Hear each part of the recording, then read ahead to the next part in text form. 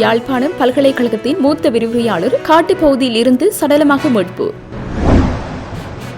தடையின்றி மின்சாரத்தை வழங்குவது தொடர்பில் அனூர் அரசு வெளியிட்டுள்ள தகவல். மத்திய கிழக்கில் தீவிரமடையும் போர் பதற்றம், இலங்கையை குறிவைக்கும் ஐரோப்பிய நாடுகள். கொழும்பு துறைமுகத்தை வலம் வந்த அமெரிக்காவின் முக்கிய பிரதிநிதி. சிங்களமயமாக்கப்படும் யாழ்ப்பாண பல்கலைக்கழகம், மாணவர் தரப்பிலிருந்து குற்றச்சாட்டு. யாழ் வரும் ஐரோப்பிய ஒன்றிய பிரதிநிதிகள், செம்மணி மனித புதைகுழிக்கு விஜயம். யார் உங்கள் நண்பன் என்பதை தீர்மானியுங்கள், இந்தியாவுக்கான ஆஸ்திரேலிய தூதுவர் ருபன் அசார் இலங்கைக்கு அறிவுறுத்தல். புதிய அரசியல் பயணத்திற்காக ஐக்கிய தேசிய கட்சியுடன் இணைய தயார் சஜித். யாழ்ப்பாண பல்கலைக்கழகத்தின் சித்த மருத்துவப்பட மூத்த விரிவுரையாளர் காட்டுப்பகுதியிலிருந்து சடலமாக மீட்கப்பட்டுள்ளார். அரியாலை பகுதியைச் சேர்ந்த மருத்துவர் தயாளினி திலீபன் என்பவரை சடலமாக மீட்கப்பட்டுள்ளார். குறித்த விரிவுரையாளரின் மகன் தனது தாயையும் சகோதரியையும் காணவில்லை என யாழ்ப்பாண போலீஸ் நிலையத்தில் முறைப்பாடு செய்திருந்த நிலையில் போலீசார் விசாரணைகளை முன்னெடுத்த நிலையில் காணாமல் போன யுவதியும் இளைஞர் ஒருவரும் திருகோணமலை பகுதியில் உள்ளதாக கிடைத்த தகவலின் அடிப்படையில் அங்கு விரைந்த போலீசார் அவர்களை மீட்டு யாழ்ப்பாணம் அழைத்து வந்தனர். யாழ்ப்பாணத்தில் அவர்களிடம் முன்னெடுத்த விசாரணைகளில் விரிவுரையாளரின் காதலன் என கூறப்படும் இளைஞரிடம் மேற்கொள்ளப்பட்ட விசாரணைகளில் விரிவுரையாளரை கொலை செய்து சடலத்தை தனங்கிழப்பு பகுதியில் உள்ள காட்டுக்குள் வீசியதாக கூறியுள்ளார். அதன் அடிப்படையில் அங்கு விரைந்த போலீசார் விரிவுரையாளரின் சடலத்தை மீட்டு மேலதிக விசாரணைகளை முன்னெடுத்துள்ளனர். அதன் அடிப்படையில் அங்கு விரைந்த போலீசார் விரிவுரையாளரின் சடலத்தை மீட்டு மேலதிக விசாரணைகளை முன்னெடுத்துள்ளனர். இதுகுறித்து மேலும் தெரிய வருகையில், கணவன் மனைவி இருவருக்கும் இடையே விவாகரத்து வழக்கு நீதிமன்றத்தில் நடைபெற்று வருகின்றது. இந்த நிலையில் குறித்த விரிவுரையாளரான தனது தாயையும் தனது தங்கையின் கணவர் கடத்திச் சென்றதாக யாழ்ப்பாண போலீஸ் நிலையத்தில் விரிவுரையாளரின் மகன் முறைப்பாடு பதிவு செய்துள்ளார். இதுகுறித்து விசாரணைகள் செய்வதற்காக யாழ்ப்பாண போலீசார் பாண்டியன் தாழ்வில் உள்ளவர்களது வீட்டிற்கு சென்றனர். அங்கே ஒரு ஓடு கழற்றப்பட்டு கயிறு மூலம் வெளியேறியதற்கான ஆதாரமும் அறுக்கப்பட்ட தலைமுடியும் ஆதாரமாக கிடைக்கப்பெற்றுள்ளது. இந்த நிலையில் போலீசார் விசாரணைகளை ஆரம்பித்தனர். அதன் அடிப்படையில் அவர்கள் பரந்தன் பகுதியில் உள்ள ஏடிஎம் இயந்திரத்தில் பணம் எடுத்தது தெரிய வந்துள்ளது. இதனைத் தொடர்ந்து திருகோணமலை பகுதியில் உள்ள எரிபொருள் நிரப்பு நிலையம் ஒன்றில் வாகனத்திற்கு எரிபொருளை நிரப்பியமை QR குறியீடு மூலம் கண்டுபிடிக்கப்பட்டது. அந்த எரிபொருள் நிரப்பு நிலையத்தில் உள்ள CCTV கேமரா காட்சிகளை அடிப்படையாக கொண்டு தொடர்ச்சியாக விசாரணைகளை முன்னெடுத்த போலீசார் நேற்றைய தினம் திருகோணமலை பகுதியில் வைத்து விரிவுரையாளரின் மகளான 19 வயதுடைய மனைவி மற்றும் 21 வயதுடைய கணவன் என இருவரையும் கைது செய்தனர். இதனையடுத்து அவர்களை யாழ்ப்பாணம் போலீஸ் நிலையத்திற்கு கொண்டு சென்று விசாரணைகளை மேற்கொண்ட நிலையில் விரிவுரையாளரான குறித்த பெண் மருமகனின் தாக்குதலின் போது உயிரிழந்த விடயம் தெரிய வந்துள்ளது. மேலும் உயிரிழந்தவரது சடலத்தை எடுத்துச் சென்று யாழ்ப்பாணத்தில் உள்ள ஒரு இடத்தில் வீசிவிட்டு இருவரும் சென்றதாக விசாரணைகளில் தெரிய வந்துள்ளது. இந்த நிலையில் குறித்த சடலம் எங்கே வீசப்பட்டது என்பது தொடர்பான விசாரணைகளை போலீசார் மேற்கொண்டு வருவதுடன் அந்த சடலத்தை மீட்பதற்கான நடவடிக்கைகளையும் மேற்கொண்டு வருகின்றனர். நாட்டிற்கு தொடர்ச்சியான மின்சார விநியோகத்தை உறுதி செய்வதே அரசாங்கத்தின் முதன்மை நோக்கம் என அமைச்சர் நலிந்த ஜேதிச தெரிவித்துள்ளார். தற்போது நிலவி வரும் உலகளாவிய பொருளாதார நெருக்கடியின் காரணமாக உலக சந்தையில் நிலக்கரி உள்ளிட்ட எரிசக்தி ஆதாரங்களின் விலை உயர்வு நாட்டில் எரிசக்தி துறையில் பாரிய தாக்கத்தை ஏற்படுத்தியுள்ளது. சாதாரண காலங்களை விட செலவுகள் அதிகரித்துள்ளதால் எதிர்கால மின்சார கட்டணங்கள் மற்றும் மசகு எண்ணெய் விலைகளை நிர்ணயிக்கும் போது அரசாங்கம் இந்த சந்தை மாற்றங்களை உன்னிப்பாக கவனிக்க வேண்டியுள்ளது. மேலும் நிலக்கரியின் தரம் குறித்து தற்போது அறிக்கைகளை ஆய்வு செய்வதன் மூலம் திறமையான எரிசக்தி மேலாண்மையை பேணுவதில் அரசாங்கம் உறுதியாக உள்ளது. நுகர்வு முறைகளில் ஏற்படும் மாற்றங்களை கண்டறிந்து பொதுமக்களுக்கு தடையின்றி சேவைகளை வழங்குவதற்கு தேவையான முடிவுகளை எடுக்க அதிகாரிகள் தயாராக உள்ளனர். மேலும் தொடர்ச்சியான மின்சாரத்தை வழங்குவதே எங்களது பிரதான குறிக்கோள். அதற்கு தேவையான அனைத்து நடவடிக்கைகளையும் நாங்கள் பின்பற்றி வருகின்றோம். ஒவ்வொரு மாதமும் மின்சார பயன்பாட்டில் மாறுபாடுகள் உள்ளன. சில மாதங்களில் மின்சார பயன்பாடு அதிகமாக உள்ளது. நிலக்கரியின் தரம் குறித்து சில அறிக்கைகள் விசாரணைக்கு அனுப்பப்பட்டுள்ளன. அவற்றை நாங்கள் ஆராய்வோம். இருப்பினும் தொடர்ச்சியான மின்சாரத்தை வழங்குவதே எங்களது நம்பிக்கையாகும். உலக சந்தையில் நிலக்கரி முதல் அனைத்து பொருட்களின் விலைகளும் உயர்ந்துள்ளது. மறுபுறம் இதுபோன்ற ஒரு சூழ்நிலையில் நாங்கள் மேற்கொள்ளும் ஒப்பந்தங்களில் சாதாரண காலங்களில் வரும் விலைகளை, அதாவது எண்ணெய் விலை அல்லது மின்சார கட்டத்தை கருத்தில் கொள்ளாமல் இதனை கருத்தில் கொள்ள வேண்டும் என்றும் மேலும் தெரிவித்துள்ளார்.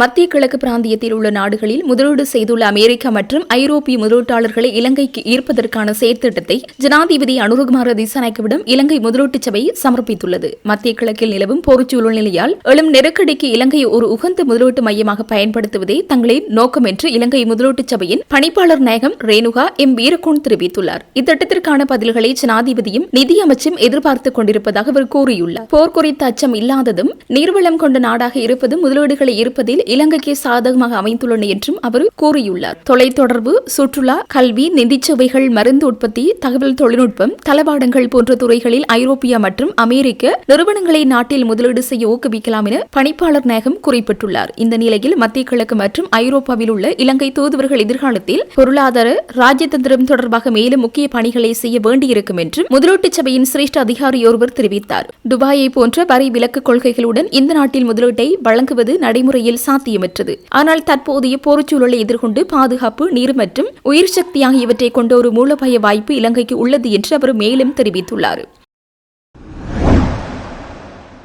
தெற்கு மற்றும் மத்திய ஆசியாவிற்கான அமெரிக்க சிறப்பு தூதுவர் செர்ஜியோ கோர் கொழும்பு துறைமுகத்திற்கு விஜயம் ஒன்றை மேற்கொண்டுள்ளார். குறித்த விஜயமானது நேற்றைய தினம் மேற்கொள்ளப்பட்டதாக தெரிய வருகின்றது. இந்த விஜயத்தின் போது அவர் இலங்கை துறைமுக ஆணைய தலைவருடன் இணைந்து துறைமுக செயற்பாடுகளை நேரில் பார்வையிட்டு சர்வதேச வர்த்தகத்தை பாதுகாப்பாக வைத்திருக்க கடல்சார் பாதுகாப்பின் முக்கியத்துவத்தையும் வலியுறுத்தியுள்ளார். கொழும்பு துறைமுகம் தெற்காசியாவை உலக சந்தைகளுடன் இணைக்கும் முக்கிய அமையமாக இருப்பதால் அமெரிக்கா இலங்கை கூட்டாண்மை மூலம் பாதுகாப்பான மற்றும் வெளிப்படைத்தன்மையான வர்த்தகத்தை மேம்படுத்தவும், துறைமுக செயல்திறனை உயர்த்தவும், சர்வதேச விநியோகங்களின் நம்பகத்தன்மையை பாதுகாக்கவும் நடவடிக்கைகள் மேற்கொள்ளப்படும் என்று அவர் சுட்டிக்காட்டியுள்ளார். மேலும் இந்த நடவடிக்கைகள் அமெரிக்க உற்பத்தியாளர்கள் மற்றும் நுகர்வோரின் பொருளாதாரத்திற்கும் நேரடி தாக்கத்தை ஏற்படுத்தும் என்று அவர் தெரிவித்துள்ளார்.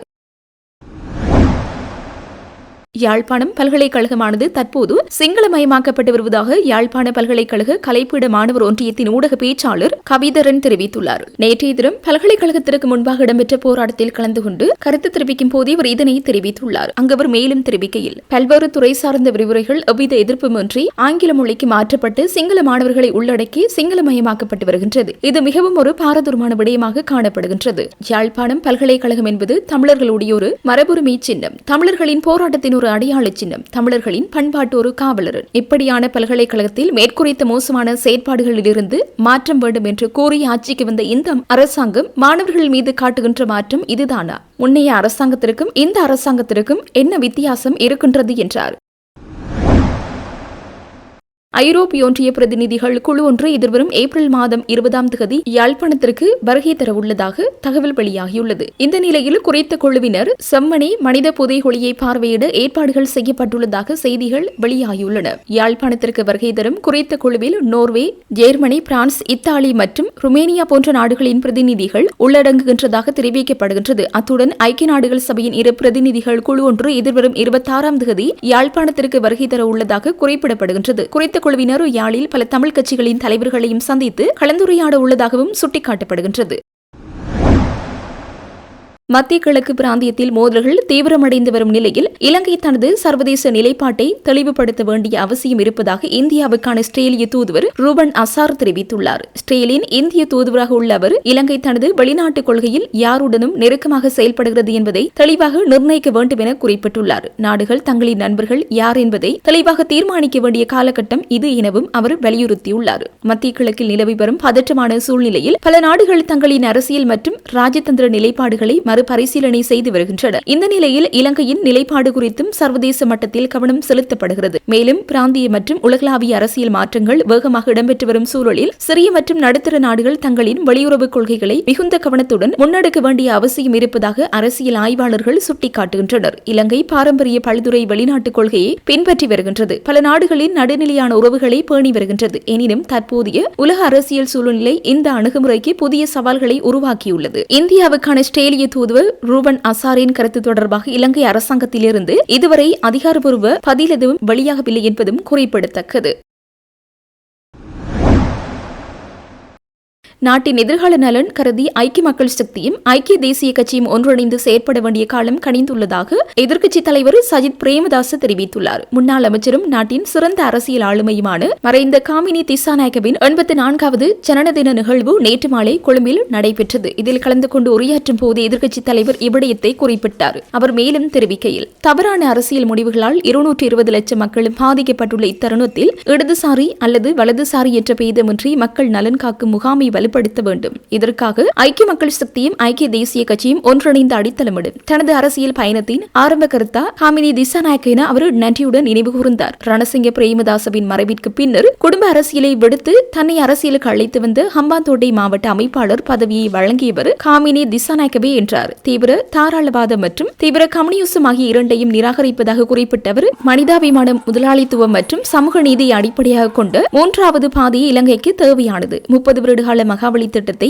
6 வருடங்களில் முடித்த சவால், ஸ்வர்ண பூமி காணி உறுதி திட்டம் மற்றும் இலங்கைக்கு டெஸ்ட் கிரிக்கெட் அந்தஸ்தை பெற்றுத்தந்த ராஜதந்திர பணி என ஹாமினி திசாநாயக்கவின் சாதனைகளை அவர் சுட்டிக்காட்டினார். மக்களின் ஆணையையும் நம்பிக்கையும் பணத்திற்காக விற்கும் அரசியல் காலம் முடிந்துவிட்டதாக தெரிவித்த சஜித் பிரேமதாச இனமத நல்லிணக்கத்துடன் கூடிய சுபீட்சமான நாட்டை கட்டியெழுப்ப ஒன்றிணையுமாறு இதன்போது அழைப்பு விடுத்துள்ளார்.